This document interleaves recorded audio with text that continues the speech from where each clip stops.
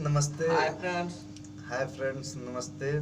बड़ी पूरा भोजपुरिया समाज के हमारा तरफ से नमस्ते बा। हम डीजे प्रिंस बाबू यहाँ के गाना गले बनी लहरी जी, ठीक बा।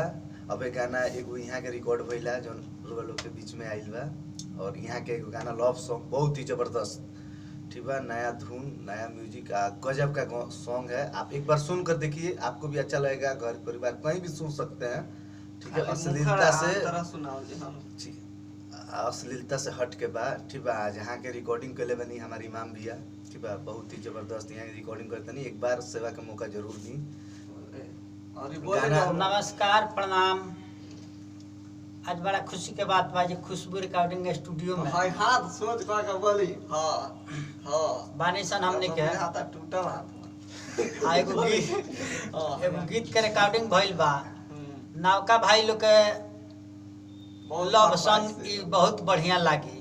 प्यार मोहब्बत वाला जे प्यार में घायल हो गइल बा, जे रात भर बिछौने में रहता, बिछौना में रहता, मोबाइल टिपता। अरे मोबाइल लोग खातिर हम बोला बानी तनी सक सुनी लगे। खुशबू रिकॉर्डिंग स्टूडियो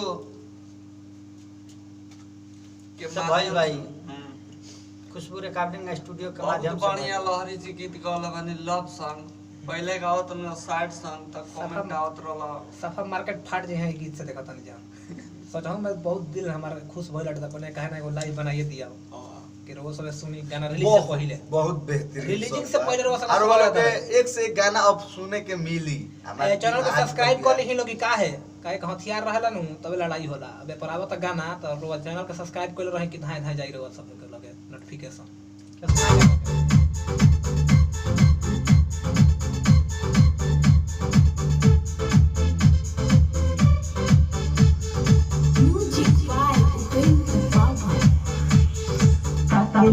हो जाला लखिया से प्यार पागल बनवले बाबू हनी तुहार।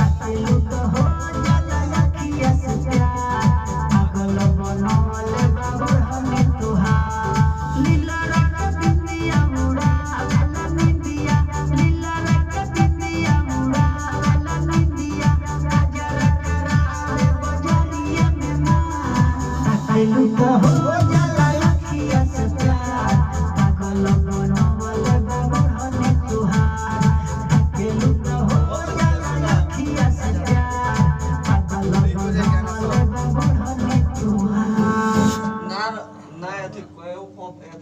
बढ़िया लागे तो तनी कमेंट करके बताई लो गाना कैसन बटे। ये गाना वालों के आज से काल के अंदर सुने के मिली। बहुत जबरदस्त। लास्ट में सुनाई सुना दिया। लास्ट में सुनाई ना ना कर दी कॉपी वाला के हमने के लगा बहुत कॉपी बटे करत ना रहो कितना कॉपी।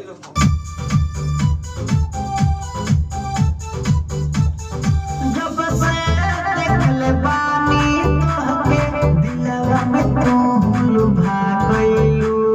सच पहिले जान तू घुमा जवार में छा गइलू। अरे मार्केट भला बा होता हार दिया बे दिया चपले रहो। जब से देखले बानी तोहके दिलवा में तू लुभा गइलू। सच पहिले जान घुमा जवार में छा गइलू। अरे मार्केट बना देले बड़ हो तू तो आगे कहां मिलेला। लोहरी माम्बी कस्पिटले कपार पागल बनवले बाबू हनी तुहार। लीला रंग बिंदिया मुड़ावेला निंदिया, लीला रंग बिंदिया मुड़ावेला निंदिया, गजर करावे बजरिए में मार। ताकेलू तो हो जाला लखिए से प्यार पागल बनवले बाबू हनी तुहार। ताकेलू तो हो जाला लखिए से प्यार पागल बनवले बाबू हनी तुहार।